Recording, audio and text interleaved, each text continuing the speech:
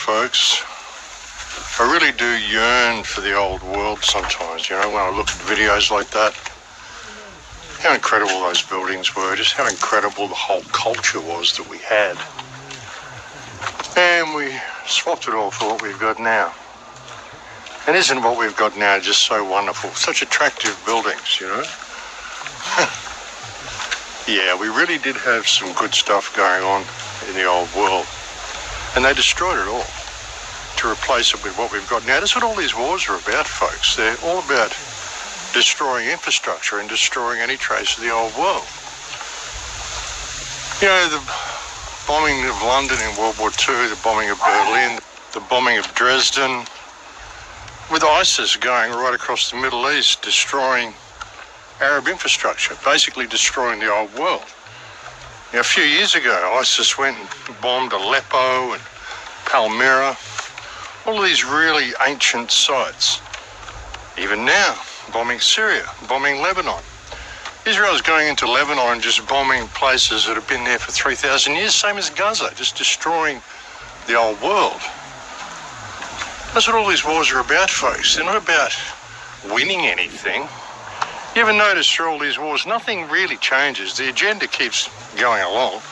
They might remove some figurehead. Saddam Hussein, Adolf Hitler, whoever. Some figurehead, Pol Pot, but the agenda continues. All that really happens during these wars is lots of civilians get killed and lots of old buildings get destroyed. But never the government buildings. Funny how that works. World War II, they never bombed the Reichstag. They never bombed number 10 Downing Street. They never bombed Buckingham Palace, Windsor Castle. Never bombed the Eyrie, Hitler's eagle's nest up on the mountain. They never bombed any of that stuff. They just bombed the cities, destroy all of the old infrastructure and replace it with what we've got now, this ugly, bland, square-styled surveillance grid, which is getting more and more dystopian as the days go on. Surveillance, they've developed a new camera now, folks, that can use facial recognition and it can see and identify you in the dark from a half a mile away.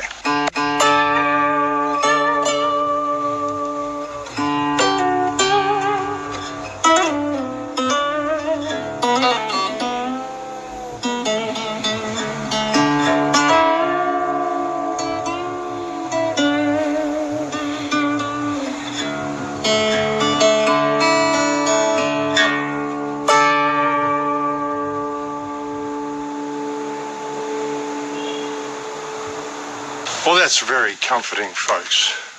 It's nice to know our government's got that sort of control over people. And it's all about control, folks. Everything they do is about control.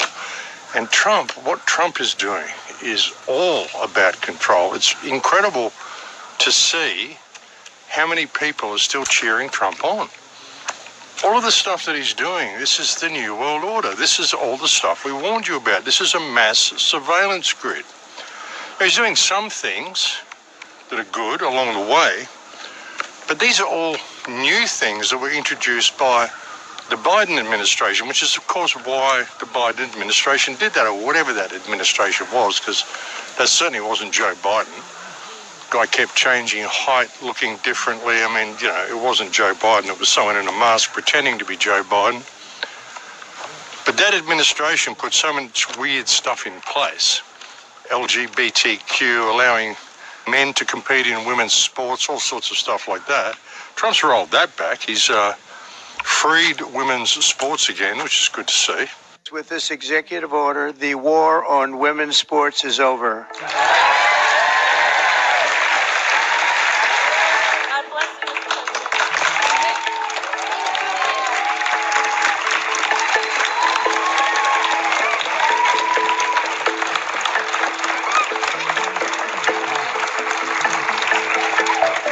From now on, women's sports will be only for women.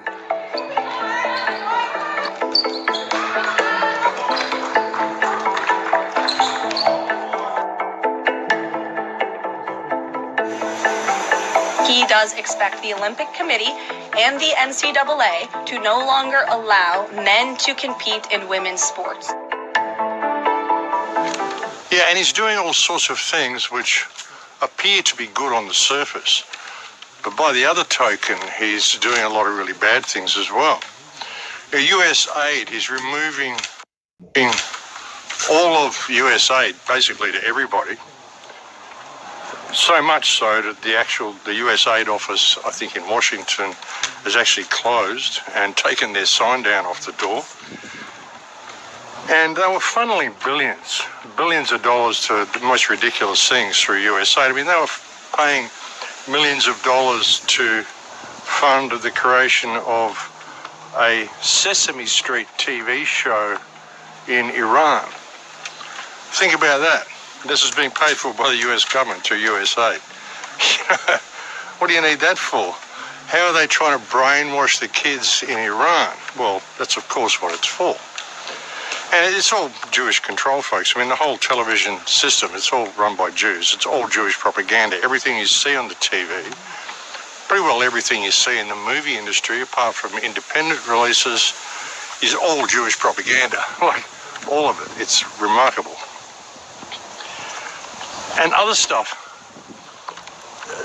There was one report where he put out, and he literally lied to try to cover his face, but there was one report that Trump put out when he said it's come to his attention that we have been sending like $50 million to Gaza for Hamas to buy condoms.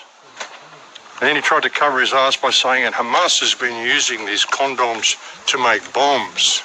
We identified and stopped $50 million being sent to Gaza to buy condoms for Hamas. 50 million. And you know what's happened to them? They've used them as a method of making bombs. How about that? There was about to be 50 million taxpayer dollars that went out the door to fund condoms in Gaza. They're making condom bombs. Hamas floats these things up with bomb-making materials and then kaboom, booby-trapped condom. Look it up. It's a dual-use technology. Just ridiculous. How the fuck do you use a condom to make a bomb? And the fact is that he was doing that just as an excuse to pull the funding, when really the funding was going to the province of Gaza in Mozambique as an anti-AIDS initiative. So the condoms weren't even going to Gaza Strip, they were going to Gaza in Mozambique. So how on earth were Hamas using them to make bombs out of them? You know, they were going there to prevent the spread of AIDS in Mozambique, and AIDS itself is more bullshit. There is no AIDS. I mean, God knows where the money was actually going. But yeah.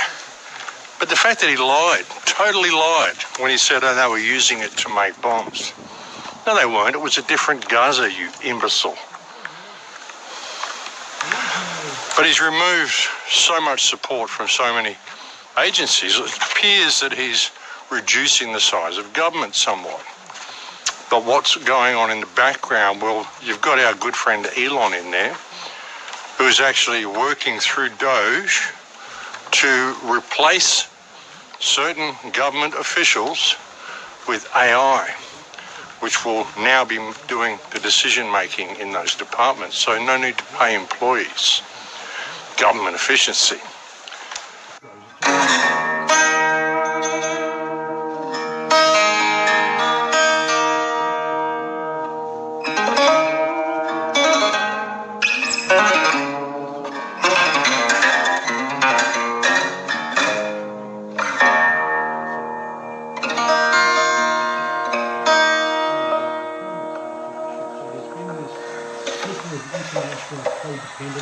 For years now, and like for the last 3 or 4 years, I've been screaming it from the rooftops that we're heading for an AI takeover in 2025.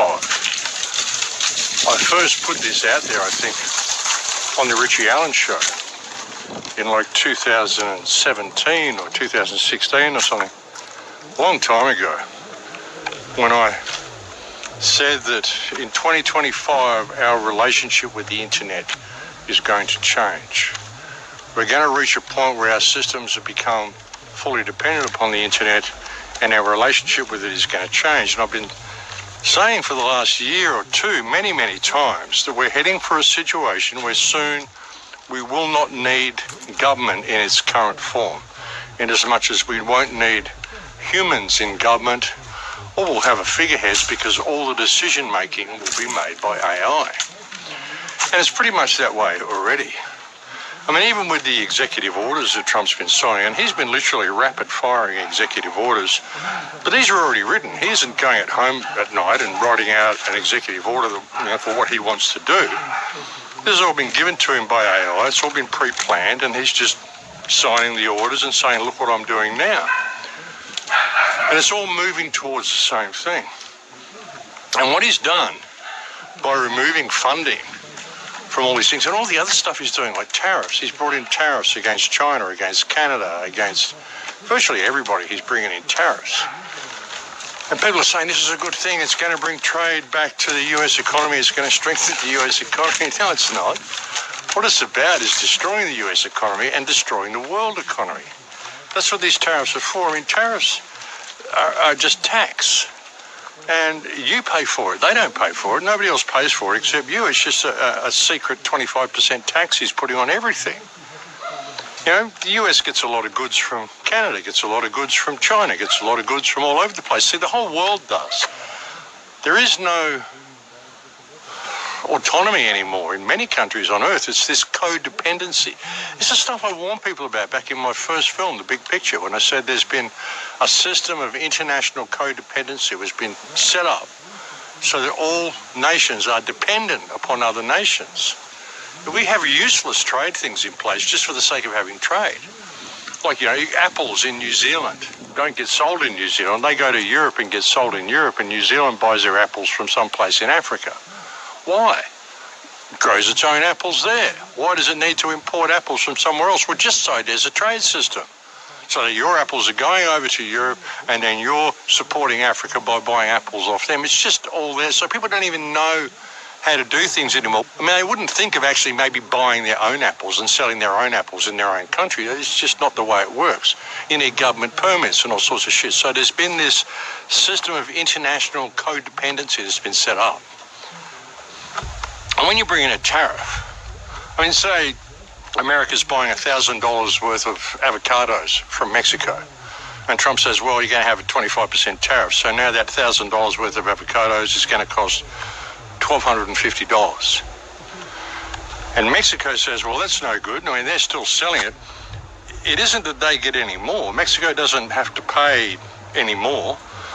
It's the person who buys the avocados, the business who buys the avocados from Mexico now has to pay an extra $250 for its $1,000 worth of avocados.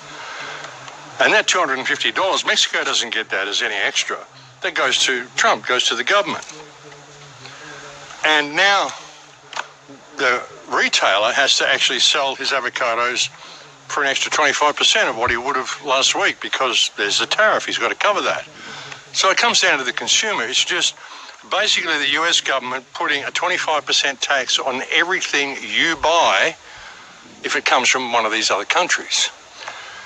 And then these other countries say, well, in retaliation to Trump putting a tariff on us, we'll put a tariff on him, which means all the people in Mexico now, they buy, I don't know, oranges from America. $1,000 worth of oranges now cost them $12.50. And it isn't the people who get the benefit. The people have to pay that extra 25%, and the Mexican government gets to keep 25%. It isn't any type of a pushback to Trump's tariff. It's just, well, okay, well, you're getting away with taxing your people 25% on everything they do.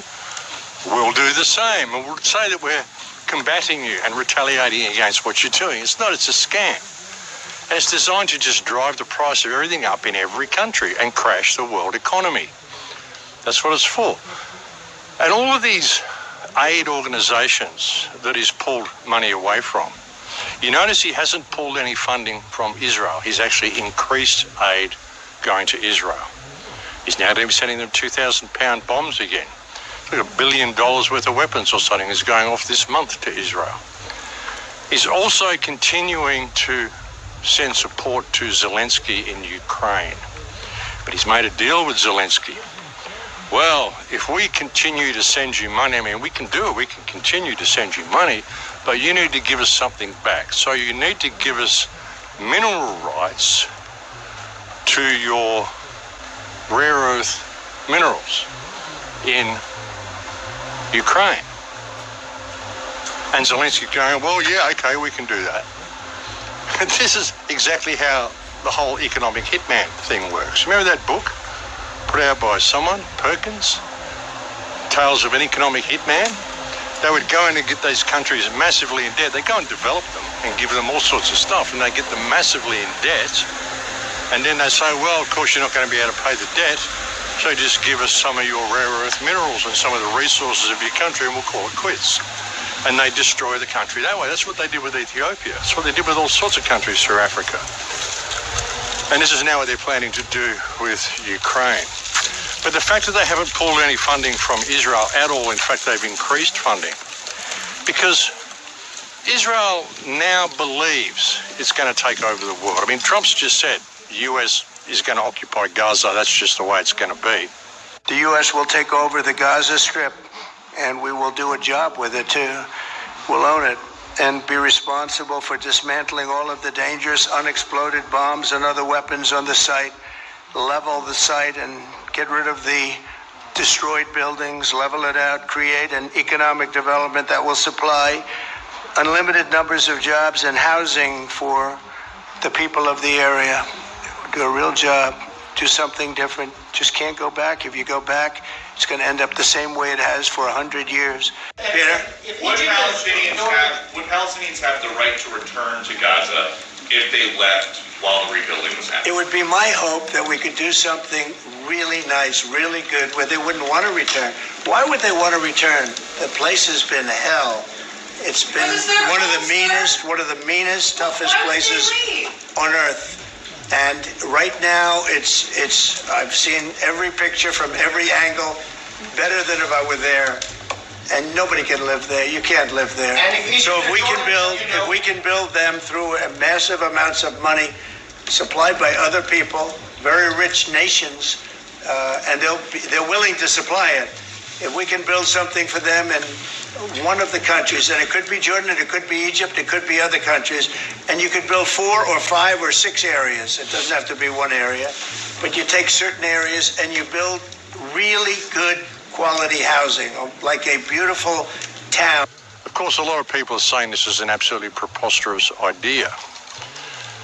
And it is a preposterous idea, because you're going to have to kill over 1 million people for that to happen, because the Palestinians will never leave.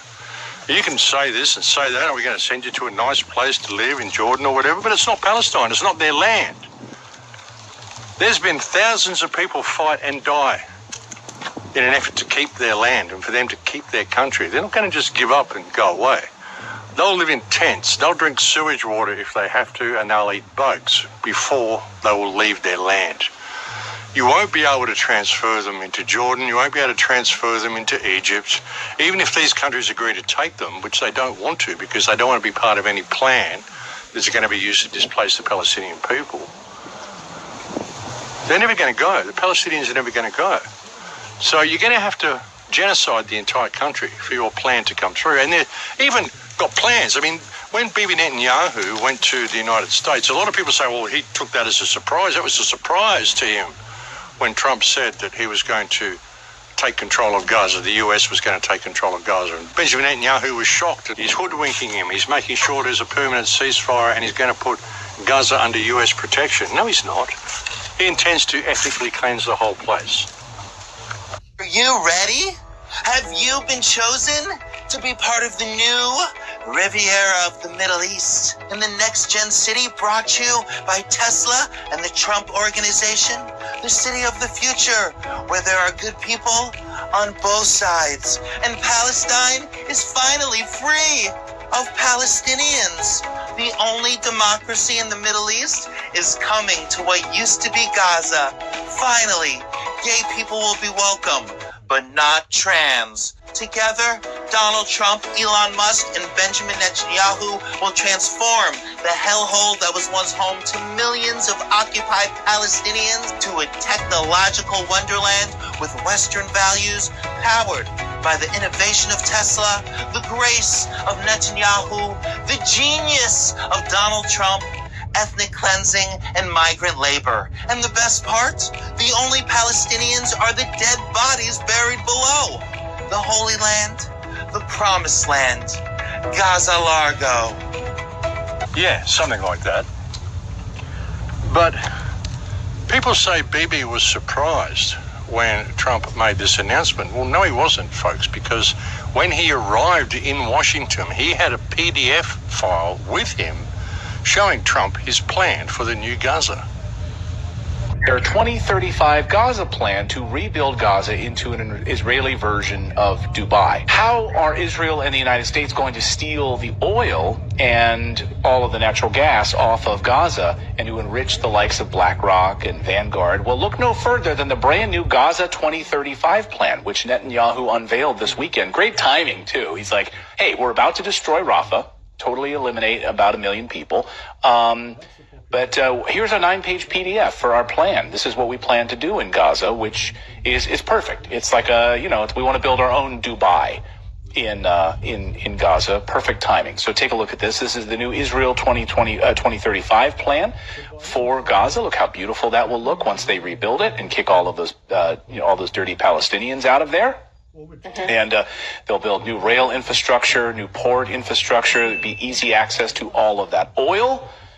And they'll be able to get all of this into the Middle East economy. So a place so devoid of Palestinians, of course, as they describe it. They describe it as a future where Gaza is de-radicalized from Islamism, transformed into a trade hub of prosperity and innovation, and integrated into the Middle East economy. So a place totally devoid of Palestinians, of course. According to the Jerusalem Post, the documents lay out 3 steps to return Gaza to self-governance and economic growth. Yeah, Gaza Largo, like that clip said. Yeah, it's almost like he's going to just ethnically cleanse it, set it all up as this new resort where people are going to be able to have the pleasure of going there and knowing that they're walking on the bodies of tens of thousands, hundreds of thousands of dead women and children that were massacred and murdered in order to create this monstrosity of modern ugliness, which they say is beautiful. No, it isn't. The buildings that I had at the start, they're beautiful. This glass, steel, fucking AI crap is ugly. Ugly shit. It's not like the real world. There's no earthiness to it. There's no soul to any of that. It looks pretty, but there's no soul to any of it, you know. And Trump let it slip the other day as well when he said, we're going to have to relocate 1.5 million people. Looking at the whole Gaza Strip right now, and it's a mess. It's a real mess. You'd like Jordan to house people from I'd like him to take people. I'd like Egypt to take people. I'm talking to General al-Sisi tomorrow, sometime, I believe. And I'd like Egypt to take people, and I'd like Jordan to take people. You're talking about probably 1.5 million people. Just clean out that whole thing. It's over the centuries. It's many, many conflicts that site, and I don't know. Something has to happen, but it's literally a demolition site right now. Almost everything's demolished, and people are dying there. So I'd rather get involved with some of the Arab nations and build housing in a different location where they can maybe live in peace. Temporarily, or would they Could be either. Could be temporarily. Could be long term. The population of Gaza Strip is 2.4 million people, possibly up to 2.5 million people. That's the population of Gaza Strip. And Trump has just said they're going to need to relocate 1 million to 1.5 million people. He actually changed that on another report where he said it's going to be 1.7 to 1.8 million people. So perhaps he realised what he's done. But by even saying that, by coming out originally and saying that's 1 to 1.5 million people, well, we're told that 45,000 people have died in Gaza. That's what official reports have been like for the last 6 months. They've just kept this figure. 45,000, 47,000, 43,000. Always changes, but it's in the 40,000s. And then Trump says you're going to have to relocate 1.5 million people when the population of Gaza was 2.4 million. So if that's the case, well, what happened to the other 900,000 to 1 million people that don't seem to be accounted for or buried under rubble? You know, I've said to you for months that the death count in Gaza is far, far higher than what we're being told. And Trump kind of confirmed it with that statement. Anyway, I'm getting off topic here. What I was saying before was all of the aid that Trump has removed from US aid agencies, these are all just lower levels of Shabbos Goy. These are, well, you know, appear to be high levels to you, CEOs of corporations and companies and all sorts of stuff. But to them, these are just lower level plebs, just Shabbos Goy who've been doing their work for them, and now they're pulling funding from them. Saying, okay, you've done your work, we're going to throw you on the pole now with everybody else. Thanks for getting us to where we wanted to go. You know, we're going to take over Gaza. We're going to set up Israel as being the central command center for the rest of the world.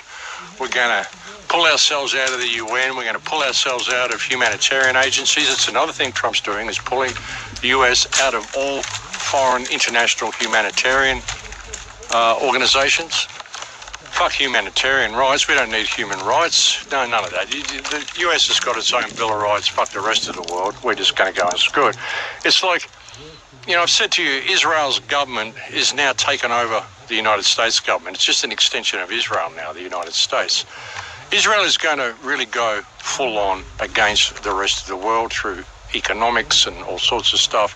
Now, you can't accuse it of war crimes. If you accuse it of war crimes, then we're going to attack you. We're going to accuse you of anti-Semitism, the way Trump has just put sanctions against the ICC. So there's no International Criminal Court anymore. He's getting rid of that.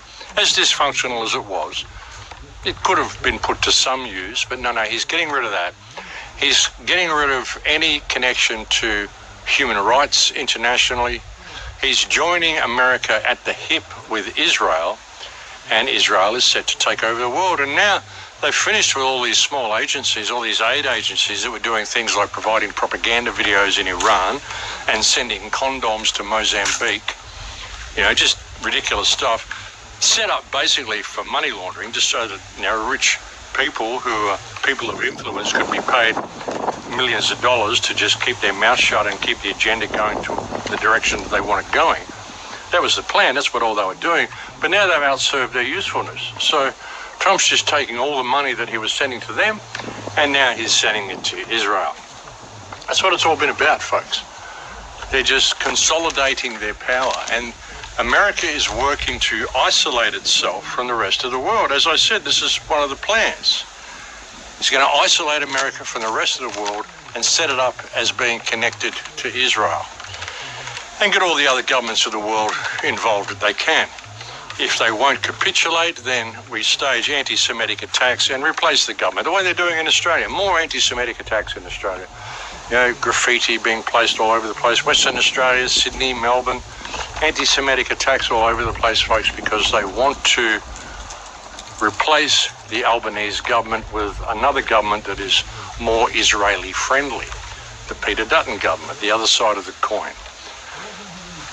Even whether Albanese is doing it or not, I mean, whether he actually means what he's saying when he's sort of against Israel, you don't really know, whether it's just part of the theatre show. But that's what they're doing, folks. They're consolidating their power. They're working to crash the world economy. And Trump has done so many things. Like, it's just ridiculous how many things he's done. How many executive orders he's signed. Like I said, some of them are great. The fact that he's saying no such thing as transgenderism and there's only two genders. I mean, the fact that you've got to sign an executive order to say there's only two genders. I mean, seriously, is this what we've come to? We had that beautiful world that I showed you at the start, and now you've got to sign an executive order for people to know that there's only boys and girls in the world, men and women. It's crazy, you know, but of course all this had to be done so it would appear that he's coming along to fix everything. Oh, he's fixing everything all right, folks. He's fixing it all to work towards total Israeli domination over the entire world. That's what he's fixing. It's incredible. But some of the stuff he's done, you know, like removing all the human rights, wanting to take over Gaza. He removed $1 trillion from government spending, and he has pulled out of virtually all international agencies, especially international aid agencies. Like he's pulling out of the WHO, which is a good thing. He's just saying the UN is useless, we don't need it anymore, which is a good thing. But of course they want to set up their new UN with Israel at the top. This is something they talked about like a year ago. As soon as Benjamin Netanyahu got charged with war crimes, they said that, we want to get out of the UN, we want to replace the UN, it's just an anti-Semitic organisation, because you can't be possibly saying anything against Israel. We would never hurt anybody. Meanwhile, they're just going in and just mutilating children, raping, pillaging, plundering, creating as much mayhem as possible under the guise of self-defense. So the plan is to remove the UN, to remove all of these World Health Organization agencies and all sorts of shit like that. And he's done some token stuff, like he's removed security clearance for Joe Biden and a bunch of Democrats and stuff. But it makes you think that there's a difference between Republicans and Democrats. There's not. It's one thing. It's just a different side of the same coin. Always all leading towards the same place, folks. Yeah, like I said, he's going to replace so many federal workers with AI and use AI to make the decisions. He's still pushing for control of Canada. He still wants Canada. He still wants Greenland. He still wants control of the Panama Canal. And the people down in Panama are saying this is completely ridiculous, but he's pushing it anyway. And like I said, he still wants to displace all the people from the Gaza Strip, which is completely absurd, and it shows that he has no real clue of what's going on over there at all. He doesn't have any clue what the Palestinian people feel or what the land means to them. Or maybe he does. Maybe he's just a psychopath, which, it wouldn't surprise me. I mean, look at some of the shit he's doing. But I tell you, he's a good actor. But the fact that he's got so many people still supporting him is remarkable. Still posturing against Mexico as well. If he imposes these 25% tariffs on Mexico, of course Mexico will do the same thing in retaliation when it isn't retaliation at all. But what can you expect with a new Jewish president of Mexico? It's really heading for an interesting time, folks. And this is everything that we said was going to happen. So, yeah, hold on to your hats, folks. Be prepared for what's coming. Because he's pumping out these executive orders. A lot of them have got to be approved, of course, but, he's still pumping them out. And look who we have here. Fancy running into you outside your own house. Walking the dog. How are you, brother? With apples. Yeah, doing great. Just got out of a Tesla bath. Feeling awesome. I'm going to go and have one after I've done this. That'll be good. Yeah. What are you talking about? Jews, psyops? Jews, psyops, the fact that Trump is crashing the economy, the fact that he's removed all the funding from the Shabbos Goy and now he's sending it all to Israel. Thank you, you've all done your job. Now you can go have a nice life and we're going to send everything to Israel. It's incredible. Israel's taking over the world. They think this is their big moment. They're overjoyed at Trump's plan to claim Gaza, and it's all heading exactly where they want. Yeah, it's incredible to see how many people have been fooled by it again, like always. And I can kind of understand why they are. If they don't know what we know, and they're just watching these clips of, Trump just sort of took over Gaza. It's like, okay, maybe he's going to, make it all better. And all that sort of stuff. But they don't know what we know, that this is all part of a greater Israel project that they've had in place for a long time. And then they look at, look, he's got the Doge, and he's going to, cut all these things. Did you know the U.S. aid, which they just have been exposing some of the stuff in there, is 0.7% of the annual budget of the U.S. government. So they're cutting like a couple points of a percent, showing all the crazy stuff they've been doing, which is, what they do. They're like, look how bad the Democrats were. Yeah. And everyone's like, yeah, go get them, Trump. Meanwhile, he's cutting like this much. He's not cutting anything that's actually going to make any change. And actually, they're going to put that U.S. aid into the State Department. It's going to be under their control even more. And as you were talking about earlier to me, they also are getting rid of all the auditor type stuff and putting that all. It's sort of like turning into like a dictatorship, but people can't see it. Yeah. And it's just incredible. They just do it every single time, and they're so good at it. You have to give them credit. Like, they're really good at what they do. Oh, yeah. And the guys there with the USAID stuff, I mean, this is the very bottom level of the ladder. So they get rid of those shabos goy there, and it makes it seem, like you say, it makes it seem like they're actually doing something incredible. Oh, look, they're taking $1 trillion off the economy by closing all these departments and replacing the decision-making with AI. Yes. Which is everything we warned about. This is what the gradual takeover, and, you know, but people can't see the forest for the trees. It's absolutely remarkable. Now they've done that, they're going to go further up the food chain. And you notice with all the USAID that he pulled, everybody but Israel got their aid pulled. Israel's aid actually increased because all the money they were sending off to all those other places, they can now send off to the overlords in Israel. Yeah. You know?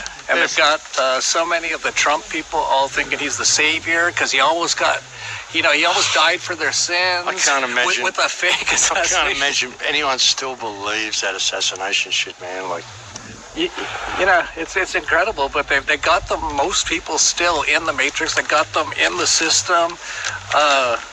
It's just incredible how they do it, and we'll see what's going to happen, though. I did say when Trump, before Trump got in, I actually predicted he was going to get in, and then I said he'll do some good things. He has to, right? He absolutely has to do some good thing. He can't just do all. Well, that's why they made it so dystopian with the last administration. Yes. Like, you had to write an executive order to say there are only 2 genders, for fuck's sake. And that you can use plastic straws in the land of the free. Yeah. Executive order about plastic straws. I mean, like, all this stuff that they put in place was to make the world so freaking nuts. My son's driving the car here. We've got a little look at the driver here. Check this out. Mexico. Hello, Helios. Hey, Helios. Hey. That's his driver out here, Mexico. You gotta love Mexico, folks. It's a great place. I'll get away from the car horn. Anyway, thanks for the chat, brother. Mention, Acapulco's starting in less than 2 weeks, and you can get actual virtual if you're not coming to it. So just go to the Acapulco I'm coming website. to it. Yeah, I know you're coming to it. I'm not talking. I'm talking to the camera here. Give a little promo for it, but I think it's going to be an amazing event this year. Yeah, me and it's too. probably going to be our last one here at the Secret Garden. Yeah, you can still get it online. You're probably not going to be doing too many videos that week, neither will I, so people can watch all of our videos. David Icke, Stu Peters will be there, which is interesting. And actually, they've been talking, the Anarchapulco producer, Catherine, said to me, a bunch of people are saying it seems to have an anti-Semitic vibe at the event this year. And I was like, I didn't even respond, but I was like, well, the Jews are trying to kill everyone and take over the whole world right now. Not that they're Semitic, but, a few of us have noticed and are talking about it, I guess. Yeah. They're genociding 2.4 million people in Gaza at the moment. It's anti-Semitic. We're anti-Semitic. Yeah, of course. Yeah, we're anti-genocide. Unbelievable. All right, have fun. Thank you, brother.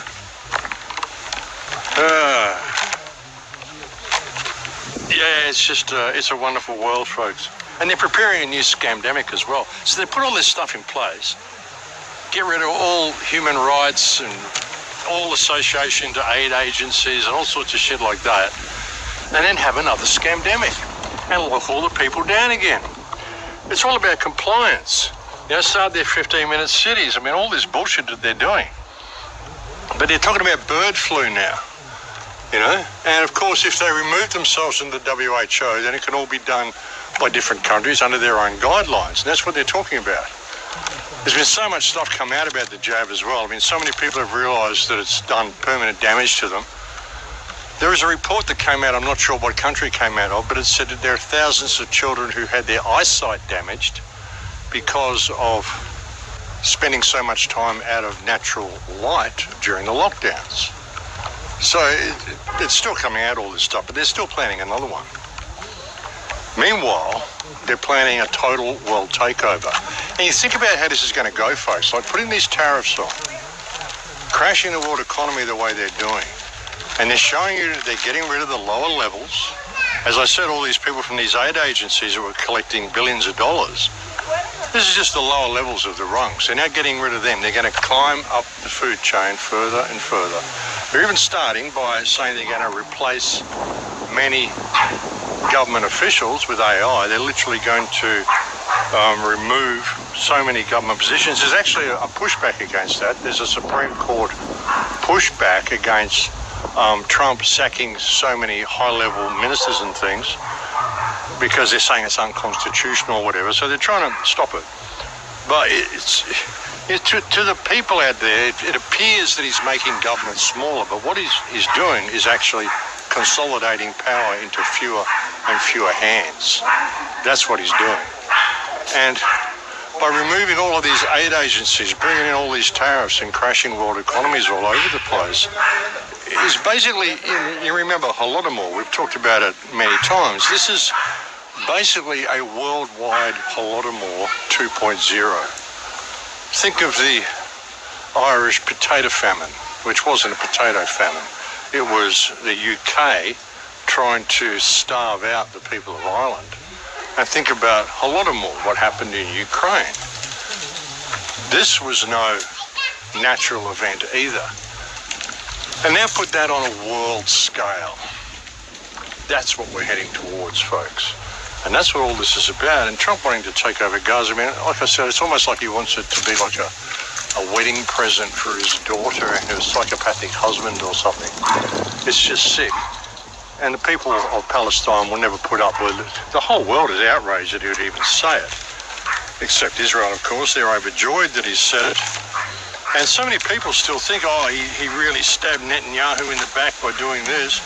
No, Netanyahu was overjoyed. Like I said, Netanyahu had a PDF of what his plan for Gaza Strip was. I'm sure Trump's going to look at that, and as a land developer, he's going to say, oh, yeah, this is a great idea.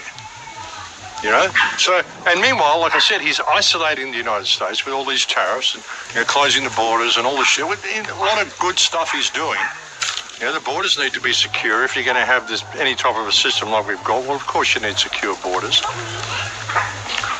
But you've got to be able to see that all this stuff was done simply so he could come in as the white knight on the big horse and save everybody. And the fact that you've got to put out an executive order to use plastic straws, put out an executive order to say there are only two genders, put out an executive order to say men can't compete in women's sports. I mean, this is a joke. If you can't see how contrived this is, I don't know, folks. But it's an absolute joke that he would even have to do that sort of stuff. So he's fixing stuff that's blatantly obvious. And like Jeff said, all of these aid agencies, this is literally 1.7% or 0.17% of the US economy. It's nothing. It's a drop in the ocean. But it looks like he's doing all these great things. It's a scam, folks. It's an absolute scam. But anyway, that's about all I've got to say from now, folks. Something I really want you to look at as well is an article that was written by my friend Nadal. A lot of people have been asking how Nadal is. Well, he's survived so far, folks. He was trapped down in Rafah for a long time. He's now gone back to his home in northern Gaza to find that his home is gone.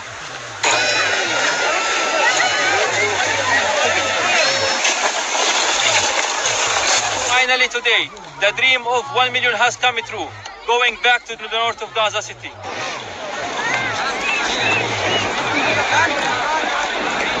As we see, walking with the rubble is a big struggle. People are taking some rest while walking to the north.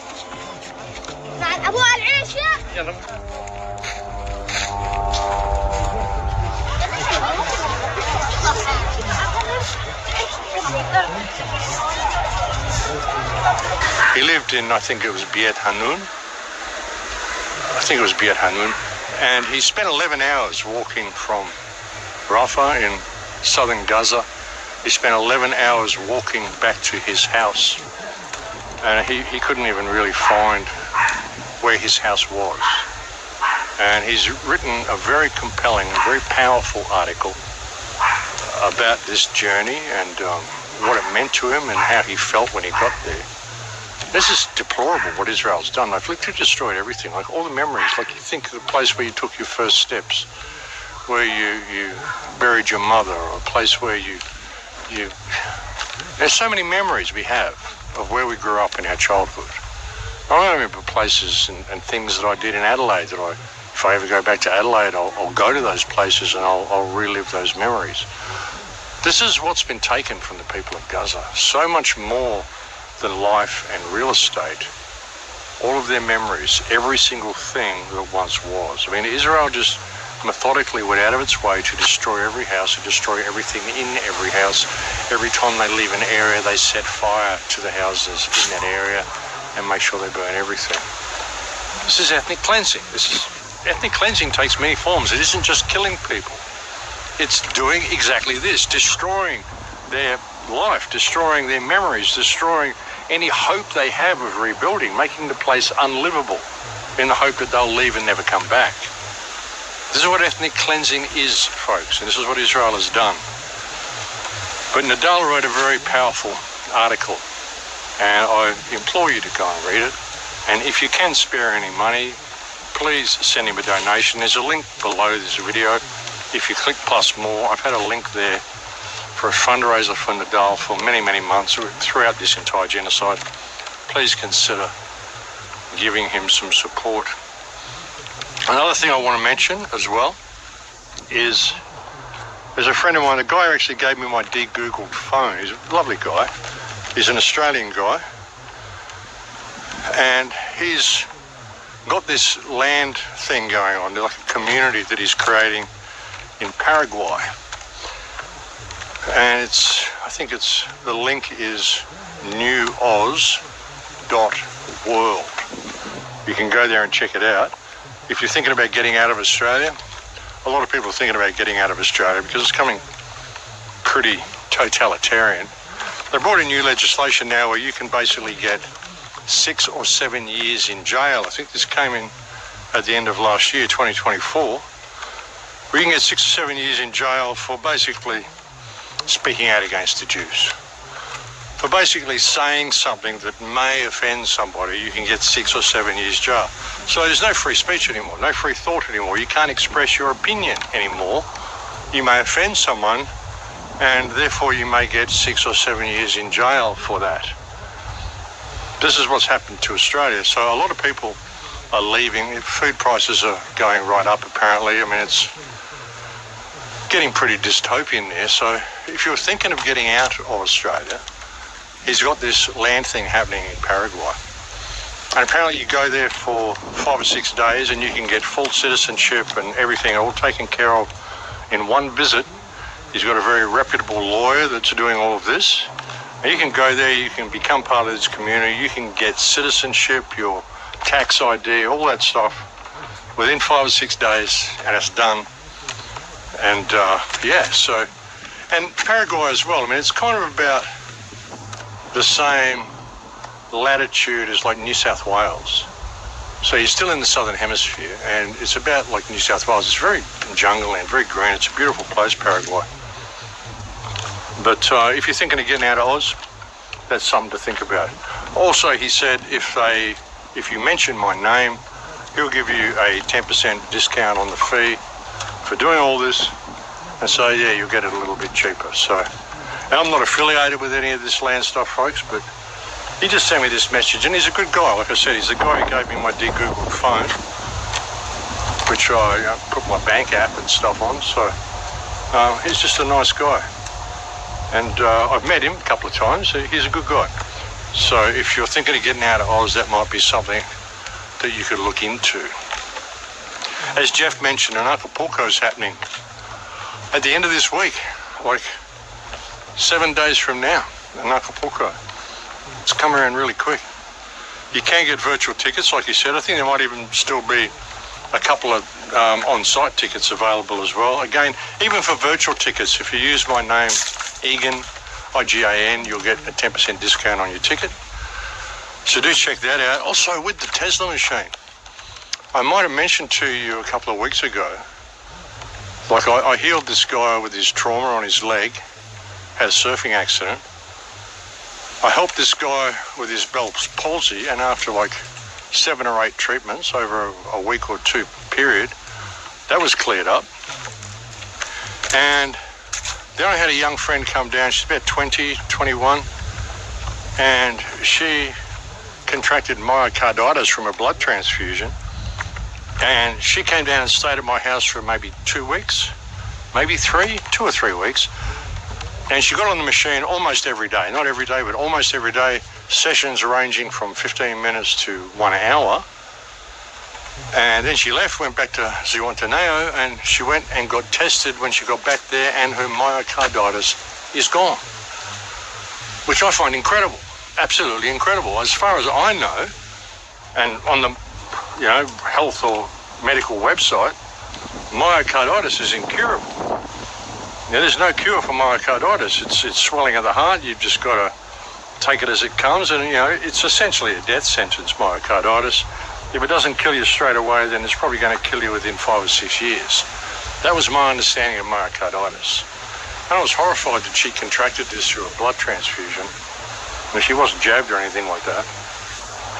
But she jumped on the Tesla machine, like I said, like 2 or 3 weeks, 2.5 weeks. And like almost every day, not even every day, but almost every day. And it's gone. And I'm overjoyed to hear that. I really am. And actually her mother, who has fibromyalgia, is going to come and visit me tomorrow, and I'm going to give her my machine to take home until the next weekend, and she can treat herself and try to get rid of her fibromyalgia. Because I don't particularly need it here. I mean, Jeff's got 2 machines already set up here, so I can use his. I'm staying at Jeff's place for a week until the conference is happening. And then after the conference, while the conference is on, I'll be staying down at the conference. And then I'll be around for a few days after the event. And then I'm going to go off traveling around the place and see where I end up. I mean, I'll end up back in Mexico eventually. I'll be back in Mexico by the end of the year. That's the plan. I mean, I've got a lot of stuff stored here. I was going to send a whole bunch of stuff just home and put it in storage there. And I thought, well, what am I doing that for? I'm just going to want to get it sent back again. So I've just put it all into storage here, my guitars and a few things like that. And I'm going to take off and see a few people and see a few things and get a few roots planted somewhere if I can. And I'll see where I end up. But like I said, I will end up back in Mexico by the end of the year anyway. But it's going to be a little intermittent with videos over the next month, I would say. I know it has been anyway, and my humble thanks to anybody who's given me a contribution despite that. But I mean, I'll try to get one done before the conference. I think the conference starts on Sunday or Monday next week, and it's Sunday now, so I might be able to get another video done between now and then. I might even be able to get one done while I'm at the conference. That'd be interesting. Maybe just a short one, but I might be able to do it. I just don't know. And then I'll try to get one done after the conference, because after the conference I'm going to be kind of in a state of flux for probably 10 or 12 days, maybe up to 2 weeks, until maybe March 12th or March 14th. And it probably won't be until March like 14th or something that you actually get another video from me at that point. But there's an opportunity for me to do perhaps 2 or 3 more before I get mobile again, which will be around about, I don't know, maybe February 25th. I'll be kind of moving into a state of flux, but there might be a chance for me to get a video done before February 25th, 1 or 2. And then, like I said, the next ones you'll get will be after, like probably March 12th, March 14th, something like that. Kind of up in the air at the moment, folks. I've got a lot of stuff on. I think that's all I've got to say. I mean, that's all I had on my list, I think. Now, we really are heading for an AI takeover of everything and a crashing of the world economy, because, like I said, this international codependency, this is something that I warned about back in my first film in 2008, The Big Picture. I said we've a system of international codependency whereby everyone is dependent upon food trucks. We're all truckatarians. And this has put us in a really, really dangerous place. We're being set up. I said this in 2009, we're being set up, 2008. We're being set up through international codependency. We're being set up for a fall. They've taken autonomy away from everyone. There's no nation that knows how to look after itself properly without the help of other nations. And there are certainly no people who know how to look after themselves properly. Well, there's a few, of course. But generally, as a whole, our society is completely dependent upon itself. I mean, all the people within our society are completely dependent on it to function and look after all their needs. They don't know how to do it on their own. That's one of the worst things that's happened over the last 100 years, folks, is a loss of life skills. That's why I've said so many times, one of the best things you can do is to get back in touch with your life skills, because you're going to need them. Holodomor 2.0, folks, that's going to be the result. The result of removing any connections to humanitarian agencies, the isolation of the United States, the crashing of the world economy, the transferring of all world power to Israel. And these Jews, folks, Holodomor, Bolshevism, Rheinwiesenlager, the bombing of Dresden, all this shit that they've done, they've killed millions upon millions upon millions of people. They've been expelled from 109 countries over 130 times. Do you really think that they have your best interest at heart? They don't. And they're showing you now by kicking the ladder out from the bottom rungs, by the people that were getting funded by USAID, and some politicians that they're kicking out as well and replacing them with AI. Again, there's legal challenges against this, but they'll overcome it. If the legal challenges work, they'll just find another way to do it. You know, they're working so that by the time Trump leaves office, it won't matter who the next figurehead is. I mean, it doesn't matter anyway, but it especially won't matter because the next figurehead, they won't even be signing executive orders. It'll all be controlled by AI, the whole thing. All this is going to be put into place over the next couple of years, most of it this year. That's what they're heading for, folks. So buckle up. We're in for a really interesting time. Yeah, as I've said, I mean, you can still be negative about it. I mean, there's a lot we don't want that's going on. I mean, let's face it, there's a lot of really bad shit happening. But I still see it as a time of great opportunity. I mean, even the Trump-tards are waking up to the fact that, hang on, we didn't vote for this. We didn't vote for the takeover of Greenland. We didn't vote for the creation of the North American Union. We didn't vote for the annexing of Canada. I mean, yeah, all the stuff he's doing. But again, he does it in amongst the other stuff. Reducing the size of government, yeah, getting rid of all these government departments, getting rid of all this USAID, getting rid of all the USAID, but by the same token, increasing aid to Israel and then putting in the tariffs. So not only do they get that USAID money back, none of it goes to you. You actually pay 25% more for everything. It's incredible. And they're cheering it on. Cheering it on, yeah, we need to annex Canada. We need to do this to make America stronger. You know, if it was the Democrats doing it, if it was anybody else doing it, they'd be up in arms about it. You even got Alex Jones in there supporting it. He's become a full, spokesperson for the New World Order, Alex Jones. We knew it was controlled opposition anyway, but, they're so confident. I mean, their hubris runs so strong that they really believe they've won. Now, we can roll out the plans for what we want the new Gaza to look like. We can roll out the plans to annex Canada and Greenland and all this stuff. We can roll it all out and there's nothing you can do. We can sack all these government people, do all this stuff. I'm just going to come in here, I'm going to rapid fire executive orders. None of it's going to go through Congress or any of this shit. I'm just going to sit here and put out my dictates, which are all being given to me to put out. And people still think he's on your side. People still think he pulled a switch on Netanyahu by saying he wants the US to control Gaza. No, Netanyahu loves the idea.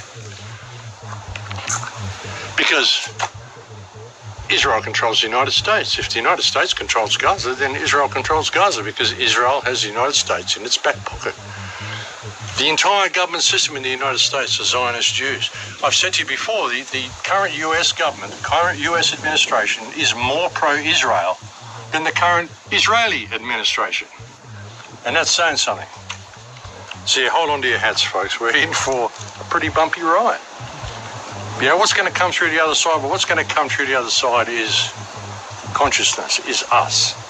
Like I've said many, many times before, there's nothing to fear about the impending collapse of the slavery system. All you've got to do is not participate in it. Non-compliance, folks, is how to get through all this shit. Now, don't comply with their whole AI system. Don't comply with their digital currency. Don't comply with any of this shit. Don't comply with the whole AI thing. And it's up to us. But anyway, I'm going to leave it there for now. Thank you for joining on this report, folks. Thank you to all the people who sent me so many kind emails. Thank you to all the people out there spreading information. There was a couple of Australian guys who got blacklisted everywhere. Blair Cottrell, I think his name was, and another guy. They went on to an Australian show, an ex-sports presenter, has created his own podcast because I guess he needs some meaning in life. He's getting old.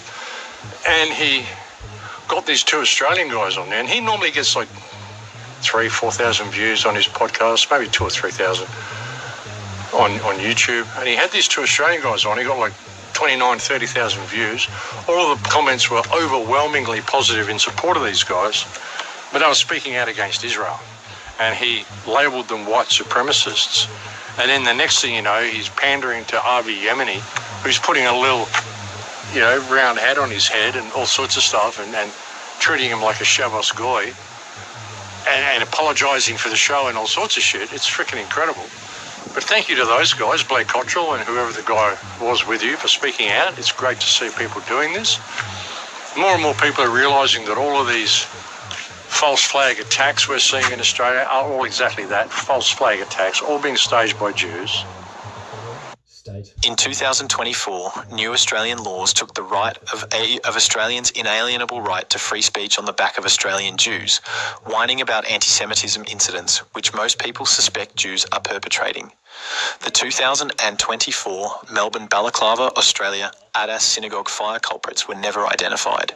This is despite CCTV in the area and cell tower identification of mobile devices in the locality at the time of the early morning fire. In Sydney, meth heads have been hired to graffiti and load a caravan with explosives and conveniently leave in the van the addresses of Jews to target. The police seem incapable or politically unwilling to identify Jewish and Israeli assets operating in Australia who are fomenting discord and fear to politically capture Australia for Israel. There are just over 120,000 Jews in Australia, yet in concert with a bought and paid for media and traitorous politicians, Jewish pressure has been able to have introduced laws to silence Australians from criticising Jews or Israel. This is while Israel engages in genocide in Gaza, where Australia's policy is to preserve human rights and a two-state solution which Israel and most Australian Jews reject. Hence the motive of Jews to capture Australia's foreign policy by any means, lawful or unlawful. This is why Australia is seeing fake anti-Semitic incidents, which Jews themselves are conducting. They're known as false flag attacks. Because of Australia's recently beefed up hate speech laws, with poor definitions of what is offending speech under the law, Australians have been silenced with the threat of 6 years mandatory imprisonment, taking away the judicial prerogative to test facts against the law and determine guilt or innocence and apply any penalty, which includes non-custodial sentences. The Australian democratic separation of powers for the judiciary to operate independently has been crushed. This should concern lawyers, judges, human rights activists, and every Australian. The Melbourne Australian nationalist and freedom of speech activist Jacob Hersand is saying what most clear-thinking Australians believe. Australians want their country back from Jews. They want their free speech restored as guaranteed under the Australian Constitution to express themselves politically. Australians are under siege by 120,000 Jews for Israel. The politicians have abandoned Australians to do the bidding of Jews. This should concern every Australian. Following, you'll hear Jacob Hersand, whom the Australian government has banned from major social media platforms. Jacob can be found on the Telegram app or at these contacts. Support Jacob or your right to dissent will be totally extinguished in Australia. You should know that one day when you reach for your voice, you might find it's been totally eradicated. The Jews' desire not to be offended, or Israel not to be criticised, must not be paid for with the precious freedom to free speech. The anti-democratic hate speech laws must be repealed. Talk to your family, neighbours, colleagues and mates, and demand the politicians restore free speech in Australia. Organise, mobilise, and take to the streets if necessary. Tell your elected representatives at the federal, state, and local level they'll be gone at the next election unless the odious and opaque hate speech laws are gone.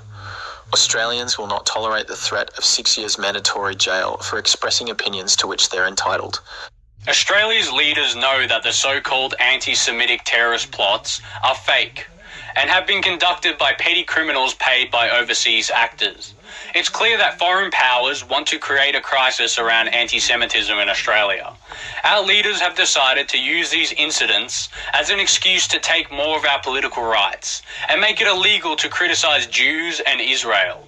Traitor politicians will happily aid and abet foreign influence operations waged against their own people, if it means they can get extra points sucking up to the Jews.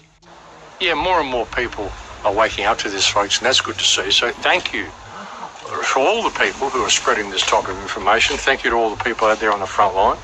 Again, thank you to anybody who sends me a kind email. I'm sorry I just don't get a chance to answer them. I'm sort of even floating around at the moment. I don't actually live anywhere at the moment, so it's difficult to keep on top of all that stuff. And again, thank you to all the people, anybody who's ever made a contribution to the Crow House. It's been wonderful that you've supported me through all this, folks, and that we've managed to keep getting this message out. And I couldn't have done any of it if it wasn't for you guys. So I cannot thank you enough for the support that you've given me over the last about 10 years now. So I've been doing this a lot longer. I used all my money for the start, but then when I did open up the PayPal and I opened up the Patreon and stuff, which I've all been kicked off now, of course, I'm kicked off everywhere. But when I did that, I mean, you guys came. You came and you helped and you kept me on air, and we've come a long way since then. We've reached millions upon millions of people. So thank you to all of you. Thank you to everybody out there on the front line in however it is that you contribute, whether it's just through sending a donation here and there, whether it's through getting out there and speaking at rallies, whether it's through making videos, whether it's simply from having conversations around the kitchen table. Thank you to all of you. We are the ones that are going to come through the other side of all this, folks. You know, once this whole massive die-off happens, which is happening from the jab and is continuing to happen, and once things change in the direction that they're going, society is pretty much going to split in two, I would think. Because, I mean, I'm not going to be participating in any of that shit, but I'm still going to be alive and living here, so I guess I'll be participating in society and in my life in a different way. But I think it's going to split in two, and we're going to be the ones that come through the other side. And again, there's places you can go, like come here to Mexico, check out this land development my friend is doing in Paraguay. It actually sounds quite good, folks. So it'd be worth going and checking it out anyway. And again, you can get a discount if you use, or at least tell him that I sent you. He'll give you 10% off. And yeah, so check it out. There is ways through this, but whatever you do, don't think it's just going to go away and you can just continue with this normal life, and that a year from now we're just going to be, you know, the news is going to change. No, it's going to be a mass surveillance grid, cashless society. There's a lot of pushback against it, but if they continue to push it, that's where it's likely going to go. And if they don't get it done this year, well, they'll try for next year. If it doesn't work, well, they'll try for next year. They just keep trying. They do it increments, you know. I mean, they wanted to do and overtake those 7 countries. 5 countries in 7 years, they said in 2002, and it's 2025, they still haven't done it. They are bombing Sudan now, or bombing Somalia, saying ISIS is there in Somalia. Yeah, of course they are. ISIS is Israel and always has been. But yeah, they still haven't done that. I mean, they're like 20 years behind schedule and everything they want to do. But don't think it's going to stop. Even if they don't get it done this year, well, they'll push for next year. And if that doesn't work, they'll push for next year. And they'll get a little bit across.